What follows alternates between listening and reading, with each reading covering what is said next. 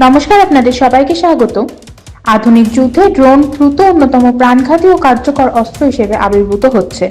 Russia Ukraine যুদ্ধ হোক কিংবা পশ্চিম এশিয়ার চলমান সংঘাত, সর্বত্রই ড্রোন একটি নির্ণায়ক ভূমিকা পালন করছে। যুদ্ধের এই পরিবর্তনশীল প্রকৃতি উপলব্ধি করে ভারত দ্রুত তার সেনাবাহিনীকে ড্রোন প্রযুক্তিতে সজ্জিত করতে শুরু করেছে। পাকিস্তানের বিরুদ্ধে অপারেশন সিন্দুরের সময় ড্রোন কার্যকরভাবে ব্যবহার করে ভারতীয় সেনাবাহিনী তার সক্ষমতাকে প্রদর্শন করেছে।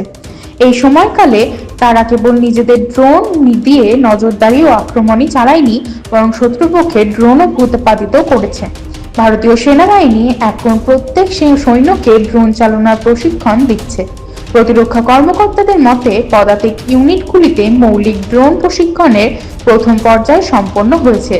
এর মানে হলো প্রত্যেক সৈন্যকে এখন ড্রোন পরিচালনা ও প্রাথমিক জ্ঞানের প্রশিক্ষণ দেওয়া হয়েছে। এখন উন্নত প্রশিক্ষণের দ্বিতীয় পর্যায় শুরু হয়েছে, যেখানে সৈন্যদের বিশেষ অভিযান, নজরদারি এবং ড্রোন প্রতিরোধের কৌশল শেখানো হচ্ছে। এই বিষয়ে দেশ জুড়ে বিভিন্ন প্রশিক্ষণ কেন্দ্র স্থাপন করা হচ্ছে। একটি বড় পরিবর্তন হিসেবে সেনাবাহিনীর প্রতিটি পদাতিক ব্যাটালিয়নে আর্সানি প্লাটুন নামে একটি ড্রোন ইউনিট স্থাপন করেছে। এই পর্যন্ত প্রায় 380টি ব্যাটালিয়নের এই প্লাটুনগুলো সক্রিয় করা হয়েছে।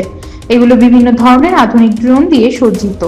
ড্রোন প্রশিক্ষণ জোরদার করার জন্য সেনাবাহিনী গুরুত্বপূর্ণ সামরিক প্রতিষ্ঠানগুলিতে বিশেষ সুবিধা তৈরি করেছে।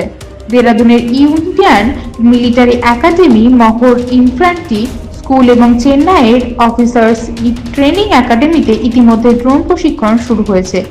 সৈনিক এবং অফিসার উভয়কেই ড্রোন পরিচালনায় প্রশিক্ষণ দেওয়া হচ্ছে। ভারতীয় সেনাবাহিনী এই মিশনের নাম দিয়েছে ঈগল ইন দ্য আর্ম। এর অর্থ হলো প্রত্যেক সৈনিক ড্রোনকে অস্ত্র হিসেবে ব্যবহার করতে পারবে, অর্থাৎ ভবিষ্যৎ প্রত্যেক সৈনিকের ড্রোন পরিচালনা করার ক্ষমতা থাকবে। ড্রোনের ব্যবহার শুধু হামলা সীমাবদ্ধ নয়, সামরিক বাহিনীর নজরদারি, রসদ সরবরাহ এবং রোগী স্থানান্তরের মতো চিকিৎসা সংক্রান্ত জরুরি পরিস্থিতিতেও এগুলি ব্যবহার করা হচ্ছে। এছাড়াও শত্রুপক্ষের ড্রোন ধ্বংস করার জন্য পাল্টা ড্রোন ব্যবস্থাও দ্রুত মোতায়েন করা হচ্ছে। ভারতীয় সেনাবাহিনীর লক্ষ্য হলো 2027 সালের মধ্যে ভারতের শতভাগ পদাতিক সৈন্যকে ড্রোন পরিচালনার সম্পূর্ণ প্রশিক্ষিত করা। এর লক্ষ্য একটি বহুস্তরীয় ব্যবস্থা তৈরি করা হচ্ছে, যা ড্রোন ব্যবহার ও শত্রুপক্ষের ড্রোন প্রতিহত করা উভয় কাজেই সক্ষম হবে। ভবিষ্যতের যুদ্ধের চেহারা পুরোপুরি বদলে যেতে চলেছে। এমন পরিস্থিতিতে ভারতীয় সেনাবাহিনীর এই পদক্ষেপ দেশের নিরাপত্তা একটি উল্লেখযোগ্য সহায়ক শক্তি হিসেবে প্রমাণিত হতে পারে।